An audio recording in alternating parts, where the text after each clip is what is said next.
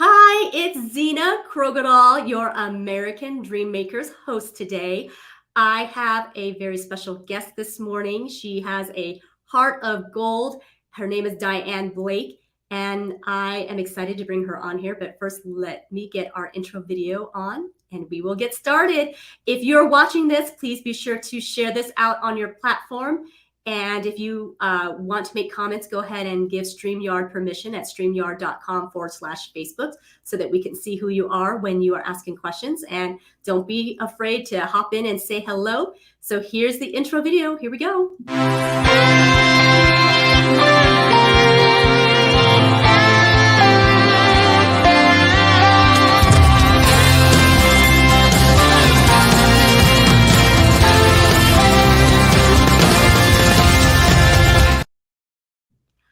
Hello, hello, hello. It is Zena Krogadal, your American Dreammakers host.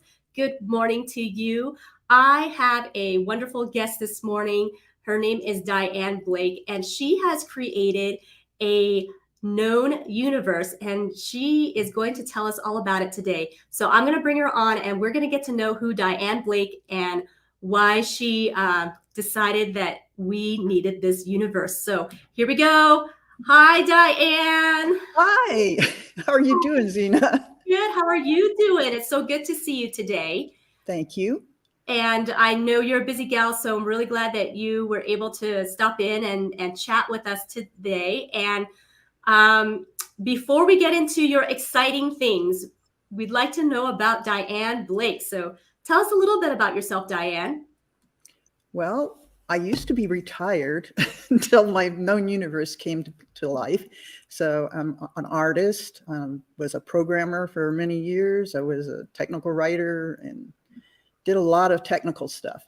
And so it's been hard over the years to just balance out being a technical person and an art person. So this new project I'm on sort of gives me the best of both of those things. So I really enjoy it. Well, that's great. So technical person and an art person. Tell us about what all that entails. What do you mean by that? What were you doing? I used to write training for companies, meaning that if a person wanted to learn, I wrote things like how to deal with cancer, how to sell a John Deere tractor, how to put in a heart stent, how to do training for insurance. It didn't matter whatever a company had for me. I would go and dig into someone's brain, the subject matter expert's brain, find out what it was they wanted to teach, and then I would put it all down in a way that people could learn it, get rid of the tons of stuff that's all on the outside and just focus on what they needed to learn. And so that's very technical.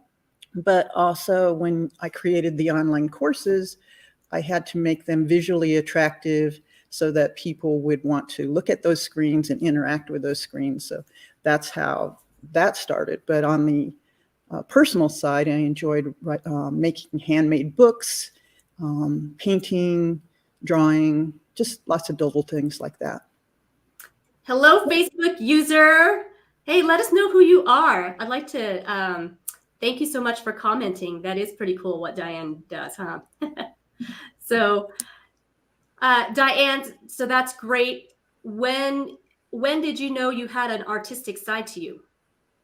It's really funny. I mean, technically I had that artistic side. You have to have an eye and a visualization for composing a screen so that it works well for people. But it wasn't until about 15 years ago, I took an art class and it was called So You Think You Can Draw. And I thought, I'm going to take this because I don't know if I can draw. And I was very surprised that I could draw. She taught me how to look at things and draw. And I was just like, wow, I did a picture of my mom and a bunch of other things. And I really was surprised. And so that's when I decided I would fit in art in between the other stuff. And I haven't had much chance to do that lately, but I really loved it when I retired. What did you retire from? Was that from the company that you were talking about? I was actually a solo or what do they call ourselves? Independent contractor. So I worked for myself basically, but I worked for many big companies and small companies alike. Okay. So then let's go back a little bit further. So you've been in the Prescott area. I guess let's go back a little bit further. Where did you grow up, and how did you end up getting to Prescott? I grew up well, I was born in Virginia, and my dad was military, so we traveled around. But when my mom and dad split up when I was 7, we moved to San Diego, and I lived there most of my life until I joined the Air Force. I was in the United States Air Force for a short stint, and then came back to San Diego, and I met my current husband, 45 years ago. And we hung out there in San Diego all those years. And then when things kind of got a little too political and a little too crazy and a little too crowded, we decided we wanted to move. We tried going to many places over the years. We would take road trips to go visit my folks in Iowa and whatever. And we would stop in different cities trying to see, where do we want to retire? And one year we decided we were going to go to Albuquerque, New Mexico. Woohoo. And on the way, we saw Prescott, and we fell in love with Prescott. So we came back. We bought here 15 years ago, and we love it here. And you still call it Prescott, huh? No, I call it Prescott, but most people can't spell it if it isn't spelled right or isn't sounded out right. So you served in the military, in the Air Force. For how long were you there? I did 4 years regular during the Vietnam era, and then I did 2 years of active reserve. Well, thank you so much for your service. What did you do in the military? What was your job? I was an admin, but the nice thing about an admin is they could move me anywhere on the base, and I could do a job anywhere. So I did like personnel, I did security, police, I did a bunch of different things. So it was really kind of nice to be able to just fit in and try different things. Awesome. So you were during the Vietnam era. Yes. But were you stationed here in the United States, or where were you at? I did not go in theater, so they didn't really let women do that much unless you were like on a MASH team or something. But I was stationed mainly in the United States, but I did do 2 years in the UK, which was kind of interesting to do because they speak the same language mostly, and their cultures are kind of the same. So it wasn't a big difference for me, and I really enjoyed it. Well, that's great. Now, were you married at this time? To my first husband, yes. Okay. But yeah, no, it was, yeah. And then when I got out, I don't know, I ended up my last station was here in Arizona, actually, at Williams Air Force Base, which is now the Chandler Airport, I guess. So almost all the bases that I was ever stationed at are now civilian airports. So wow. It's kind of strange, but that's the way it is now. Well, change happens, right? Change happens, name changes and that sort of thing. But thank you again for your service to our country. That is amazing and awesome. I, of course, have a real heart for veterans because it's a sacrifice. No matter what position you have in the military, it is a sacrifice. And no matter if you're in combat or not, there are things that go on that is a huge sacrifice for our veterans. So definitely thank you very much, Dianne, for that. And I would imagine that even those years that you served really helped to propel who you are today. Is that? Yes. It's kind of strange. When I was 16, and I don't know why I remember this day so vividly, but I was 16 years old, and somebody had left an article open, a magazine open on the dinner table, and I walked by and I saw this thing that said IBM, and I thought, read a little bit about computers, and I thought, ooh, that sounds exciting. But I was 16. I didn't know anything about anything. But when I joined the Air Force, I had wanted to be a pilot, but that wasn't really in the cards for me. But towards the end, I took classes on, computers, and I really enjoyed it, although the punch card thing was not a lot of fun. But I really got into the whole logical way of thinking of things, putting things in steps and that kind of stuff. And I really loved it. And that was the beginning of the journey to working in computers. Wow, very cool. So that's where your love of computers came to be. Yes. That's great. Awesome. So then you got out of the military and you worked as an independent contractor from the very get-go? Oh, no. Well, first, when I got out, I was able to finally go to college because we couldn't afford college when I was growing up. So I was able to use the GI Bill, which was wonderful, and I was able to take classes. And the time I had to take business classes because computer science was not a thing then. And so I got my bachelor's degree in accounting and marketing and business. It was called business. It was a business science degree.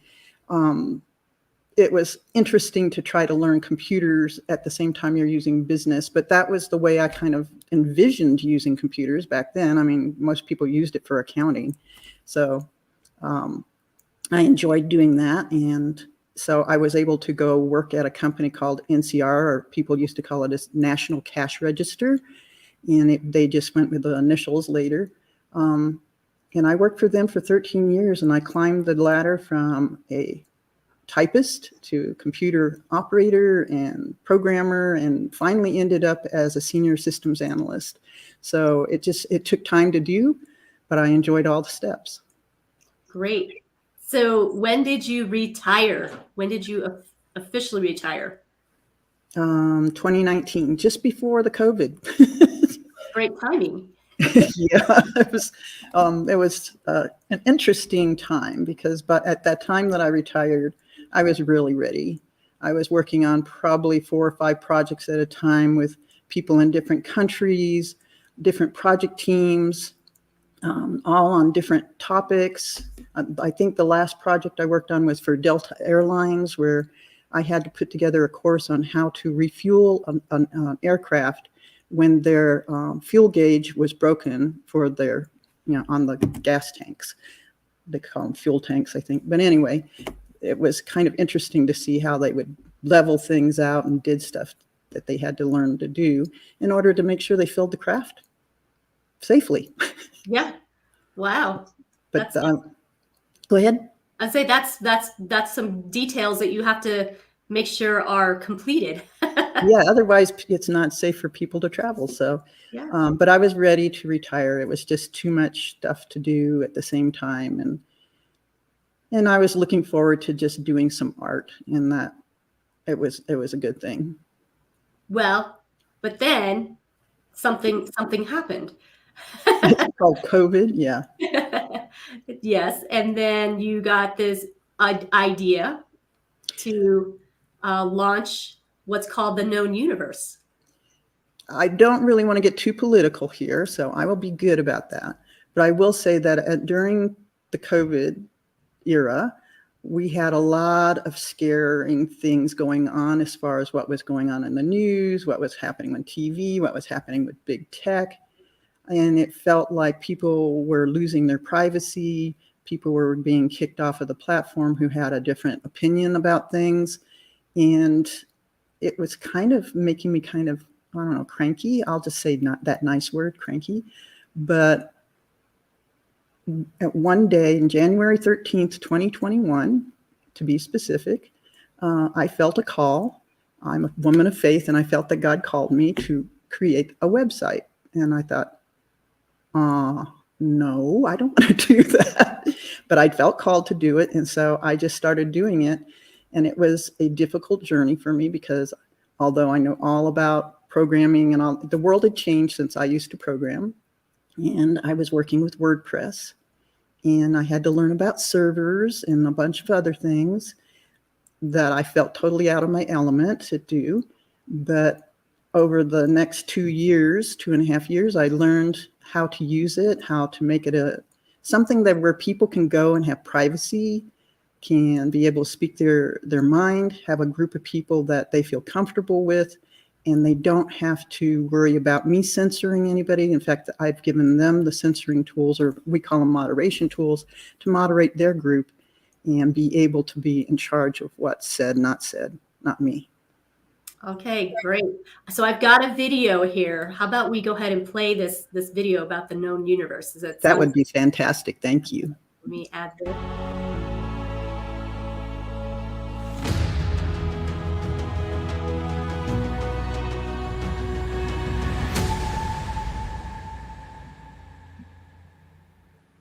Have you fallen down the social media rabbit hole? Are you tired of big tech determining what you can or cannot share, or who they allow to see your content on their platform? Many are switching from social media to community sites. If you want a private site you own, building, customizing, and maintaining it will cost thousands of dollars. Going with an off-the-shelf community site is more affordable but can come with limited engagement tools and distractions from other communities. Welcome to the known universe, where you can create your site quickly and easily. We respect your privacy, remove time-robbing distractions, and provide the tools you need to create a thriving community. All right. Thank you for that. So did you make that video yourself? I did. Wow. All your techie experience. Yes, that and trying to be creative at the same time. Had to get used to hearing my voice, but yes, that worked well. Well, good for you. Good for you. So, yeah, why don't you tell us a little bit more about this known universe? I know you kind of gave us a little bit of background as to, that you felt the calling. So, give us a little more information, a little more detail as to what the known universe is and why it is different than the social media platforms that are existing right now. Thank you for giving me that opportunity.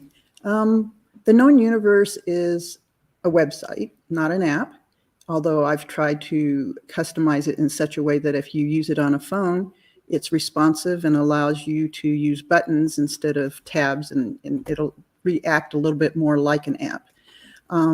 The Known Universe is a community site. It's not a social media site.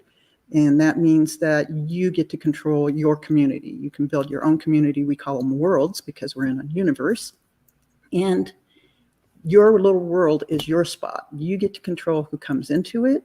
You can be public, it can be private, and it can even be hidden. I have a hidden one for myself because I have the jail ministry at our church, and we write letters to people, and it's got sensitive information, so it's not seen by anyone. And I have to bring people into that world. A private world, people can request to come into that world. And then a public world is for, like, if you're an author or you have a business where you want people to see everything, you can do that. And people don't have to join to be able to see the information. So there's different levels of privacy on the site. And as a community owner, you can put up blogs, you can have a calendar of events, you can put up documents, you can set up meetings so that people can come into a Zoom meeting if you want. And there's a team that's Operation Christmas Child. You've heard of them. They use it for their teams to, they have a group of people that are spread clear across the county, and they can't always get together for meetings as far as in person. So they go on Zoom and they have their meetings and they're able to get their business done. And the thing that I like about it is, as the Known Universe administrator, I get to help these people build their communities, maintain them, and do whatever it is that they need to do. In this case, share the gospel message.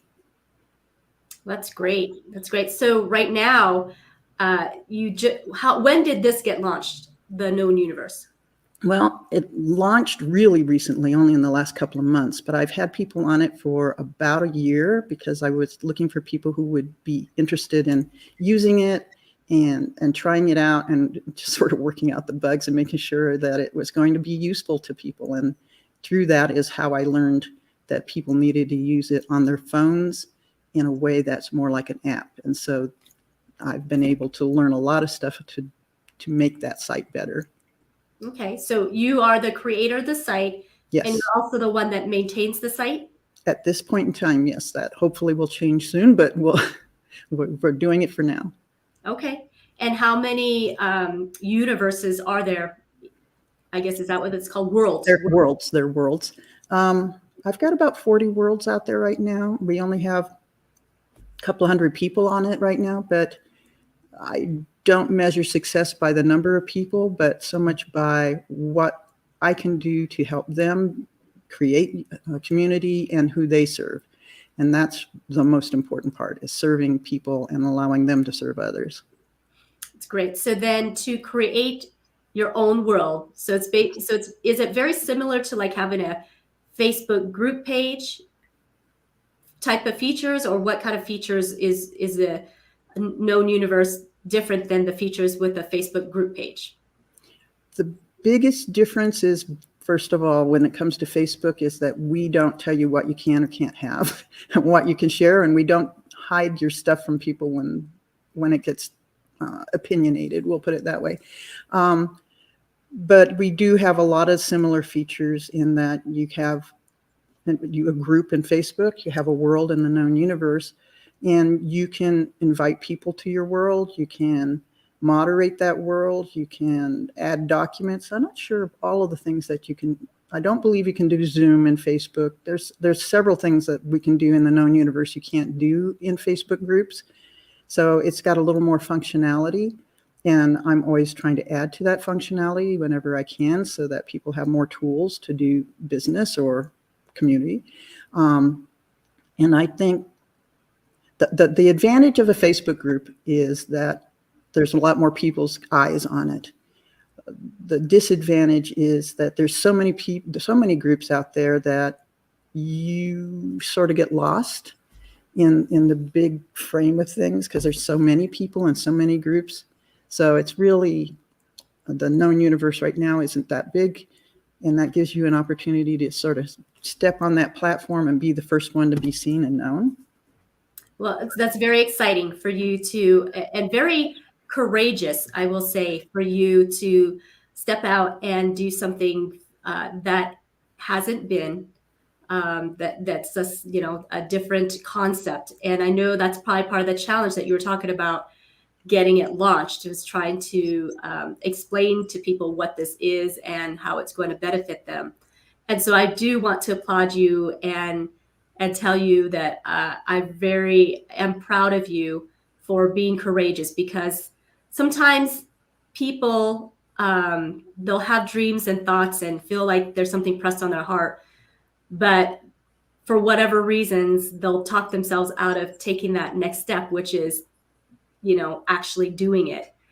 And so I want to applaud you for being courageous and doing it, not knowing how it was going to pan out, but going for it. So can you tell us how you got that courage to step out to do something like this? Because, there's a lot of people out there that might be listening that might be like, well, I have an idea, but I'm not sure that I can do it. I don't have money. I don't have resources. I don't even know if I have the ability to do this.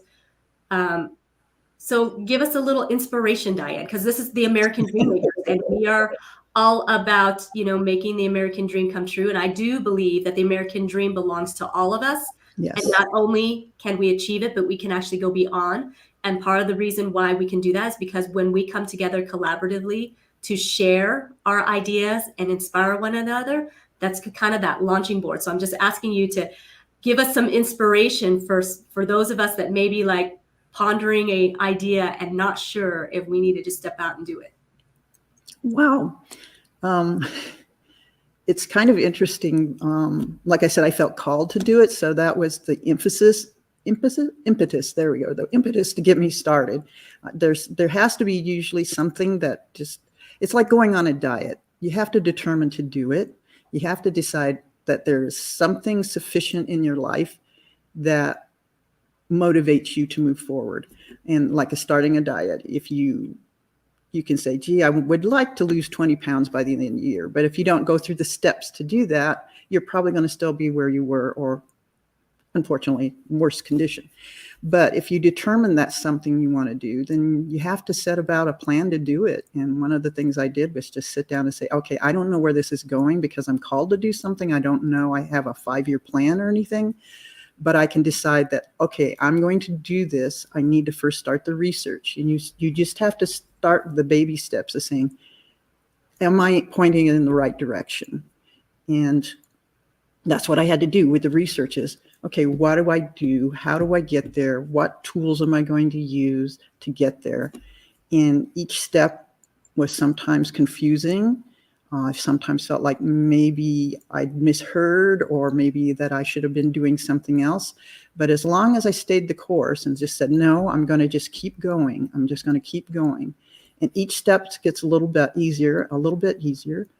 And I can look back today and say, wow, I've come a long way. It was a very interesting journey because I wasn't sure where I was going. But I feel like in my case that God led me each direction it led me each step and in the right direction. I prayed a lot. I asked friends for their advice on what they saw and thought, with always keeping in mind there's some people who are dream killers. So you have to be careful about the dream killers because there's going to be say, oh, you can't do that. You don't have this. You don't have that. You don't know. And you have to move beyond that. And you have to put those people to the side and say, those people are not going to kill my dream. I have to keep going for it. And just think about the people I was going to serve. To me, that's always been top of my list since I came to Christ. Who can I serve? How do I serve? When can I serve? I try to make myself available, and I feel like God's always called me to be available, to not tie myself down to too many things, so that when He called me to do something, I was available. That's beautiful. Beautiful. Thank you for sharing that piece of you. So as you are continuing, because this is a launch and this is new. So Yes. as you are continuing and you are finding obstacles, and once you kind of get through one, I would imagine another one pops up or Yes. two. And so how do you keep the momentum going? The people I serve. It's really, I enjoy talking to the people that are on my site. I know them. The reason it's called the known universe is you should know the people that you invite onto the known universe. So if you have a community, you should invite people you know, or people that you know have similar thoughts or goals or objectives in their lives, things that they want to achieve. And for me, anyone who comes on, I get to know them. I understand what they're trying to do. I have one lady who she's an adopted mom, and she's an adopted mom coach, and she helps those moms who are brand new at adoption. And these children have usually come out of really bad situations, and they bring that trauma and distress from wherever they were before into that family. And it's difficult sometimes to go through that process. And this woman is the coach that's been through that process and walks them through and helps them to encourage those children. I get to be a part of that, and it's exciting because I'm there to help her make sure that her community's working well, to help her find ways to get more people to come into that she can serve. That's just one example of the people that are coming on my site, and frankly, their inspiration, their motivations inspire me. Wow, that's awesome, Dianne. Thank you for sharing that as well. And when you're speaking, I can hear that this is something that has been purposed deep in your heart. This wasn't just like you woke up one morning and the idea was there, and it obviously, it was something that has been embedded deep in your spirit. Yes. And so when I listen to you speak, what I'm hearing is that you felt like there was a purpose bigger than yourself. Yes. In creating this known universe. That if you didn't do it, that people were going to suffer, so to speak. That there was not going to be something out there for them that was needed. Yes. And so that's why you're feeling so determined. Is that correct in what I'm seeing and hearing? Yes, you are correct. It's the opportunities that would have been missed. And people, I know when I've talked to the people that have come to my site, they have expressed their frustration with regular social media and how certain things are not allowed to be shared that they want to share. That when they do have an audience, if someone along the line doesn't like what's going on, they will remove some of their audience and they can't reach them anymore. And that, to me, is sad. I think people who have a purpose in life, who have something that they want to give from their heart, should be able to do that. And I don't know, there's just like another lady that I know she's over the years had 10 children, 4 of her were her biological children. And the rest she's adopted, children with special needs. And she has, over the years, been putting together podcasts and working to help the community understand how to integrate children with special needs into the community so that both the community is, they're learning how to not be weirded out. I don't know how else to say it. Be weirded out by children with special needs and realize that they're just people with a slightly different way to look at the world. And to be able to help them integrate into the system and those children to feel like they're valuable as well. That's priceless. I mean, I don't know how else to say it, but these people inspire me. I couldn't do those things. I don't have that heart, but I can support those people. It's sort of like going back to the Air Force. I was in a support position. Other people were going off to war or they were doing other things. And if I wasn't in the background helping to support them, they couldn't do their job. And that's why I still see myself as the person, as a support person who gives them the tools, the place to go where they can, do what they need to do and support people.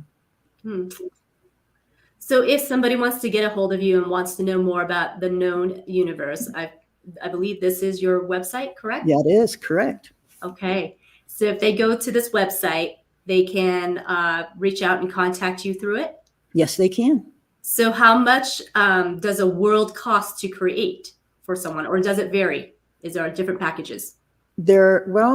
A regular world all by itself is $360 a year. And I have to tell you, that's the price of having a blog a year for most people when they go onto other sites. A blog will cost you about $30 a month to have just that. But with the known universe, you get the social messaging and all the other stuff that you would find in social media, plus Zoom and a bunch of other things for that price. And that price could change over time, but for right now, that's what it is. And you can buy worlds and not just worlds, but stars, which is basically a package of 5 worlds at a lower price and that kind of thing. So we do give a little bit of a discount for that. And the nice thing about the known universe that Facebook and other social media sites don't have is you can have a parent and child relationship. So you can have the parent world, and then you can have little smaller things underneath that, like a business might have sales and HR and some of the other things underneath the main company. So it breaks things down. It makes it easy for each group that might be doing slightly different tasks and having different people they're talking to. Okay. Well, you guys definitely get a hold of Dianne if you are interested in creating your own world. Something that maybe, I'm guessing that you were talking about the price because some people have probably commented on the price of the world. Is that why you're saying that? I think that it's important people to know that they're going to get so much more from this than just a blog. And I know a lot of people do blogs, and you can have your blog on the known universe. So it's just one of many things you can have. Okay. Yeah, because on, of course, Facebook and LinkedIn and that sort of thing, they've got free sites and Yes. if you run ads and that sort of thing, it costs money. And so, but what you're saying is once you create your world, you have those resources already in the world. Right. And but the other thing to know is we don't put ads on our site because we don't want people bombarded by a bunch of stuff that's not interesting. One of the things that video talks about is distractions. When you come into the known universe, you create your world. If people come into your world and join it, you can give them a link to whatever's in your world, and they can click on that in their email, and they never have to see anything else in the known universe. So you basically have a captured audience, and your people don't have to be distracted by the cat pictures and the birthdays and all the things that we see when we go on Facebook, which, 2 hours later you realize, oh, I had other stuff to do today. So you can come in and go and get things done and leave. Great. Well, you obviously put a lot of thought into this, so that's great. Dianne, any final words you want to leave us with, before we say goodbye, and just anything else that's on your heart that you would like to share? I would like to share that Zena is doing a great job. She's serving us by giving us this platform, this opportunity to share what's going on in our hearts and to help other people realize that their dreams are special. So thank you, Zena. Oh, it is my honor, Diana. I'm very honored to know you and your husband. You guys are salt of the earth and you have a big heart. And I'm so glad that you're out there just continuing to serve the people of God. And so very excited for you as the years march on, because we know that until we take our last breath, there's always a mission to accomplish. Yes. So, and this is the assignment for you for this season. And so it's exciting to watch you and exciting to see you grow. And so, again, I'm just blessed and honored to know you. So glad you took time out of your busy schedule to be here with us today. And absolutely, you guys get a hold of Dianne. She is a fantastic person. Go have coffee with her. She just so easy to talk to. So, and if you're not in the Prescott area, absolutely, get a hold of her. I mean, the beauty of social media these days, there's advantages and disadvantages, but one of the beauty is that we can connect even throughout the world now at pretty easily. And so, even if you are across the world, if you'd like to talk to Dianne, get a hold of her, and she will. She loves people, so she will be sure to chat with you. So, you guys, I'm going to say goodbye to Dianne right now, and thank you again, and we will chat a little bit later. Thank you again for being here today, you guys, American Dream Makers. It is a fantastic, fantastic time, and I love the guests that we have on here. So be sure to join us again on American Dream Makers. So I'm going to say goodbye. If you heard this and this touches, you got something out of it, touched your heart, please share this out. Dianne really is trying to build this community for others. And so we want to get her message out to as many people as possible. So I will say goodbye. Have a wonderful, blessed day.